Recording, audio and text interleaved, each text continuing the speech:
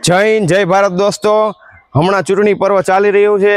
આપણે 26 તારીખને રવિવારે ચૂંટણી છે। મોટા ભાગની શાળામાં ઘણીવાર શિક્ષકો અમુક ભૂલ કરતા હોય છે અને જેના પરિણામ સ્વરૂપે બીજા શિક્ષકો કે કર્મચારી તકલીફમાં મુકાતા હોય છે।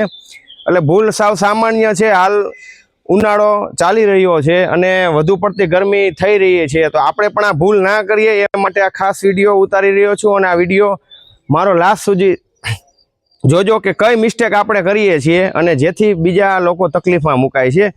ઉનાળાનો સમય ચાલી રહ્યો છે, ચૂંટણીના પર્વની આસપાસ મારા ખ્યાલ મુજબ હમણાં પેપરમાં આવ્યું, ન્યૂઝ પેપરમાં તે પ્રમાણે 40 થી 42 ડિગ્રી તાપમાન રહી શકે કદાચ।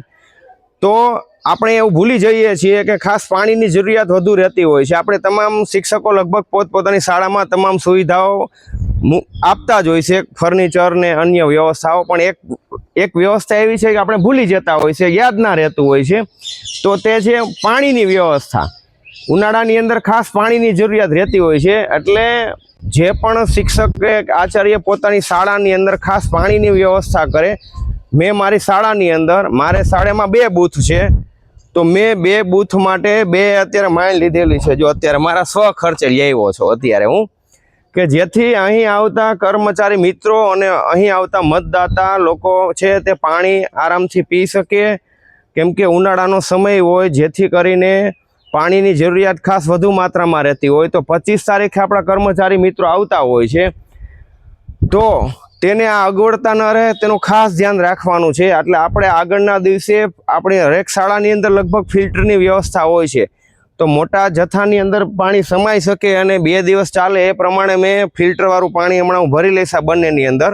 જ્યારે ચૂંટણી 25 તારીખની આજુબાજુ, 26 ચૂંટણી છે, 25 તારીખે કર્મચારી મિત્રો આવી જતા હોય છે।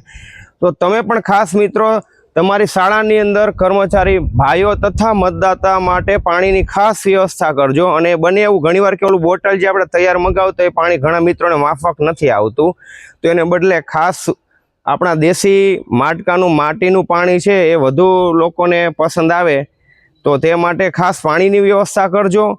અને બીજી કઈ કઈ વ્યવસ્થા શાળામાં કરવી એ હું નેક્સ્ટ મારા વિડીયોમાં બતાવીશ। તો મેં મારી શાળાની અંદર જે રીતે આ 2 વ્યવસ્થા કરી છે મિત્રો બતાવજો, તો એવી જ વ્યવસ્થા તમે પણ તમારી શાળામાં કરજો। હું અત્યારે જે મારી 2 બૂથ છે, બંને બૂથની અંદર કર્મચારી મિત્રોને તકલીફ ના પડે અત્યારે જ હું લઈને આવ્યો છું બંને માઇન્ડ।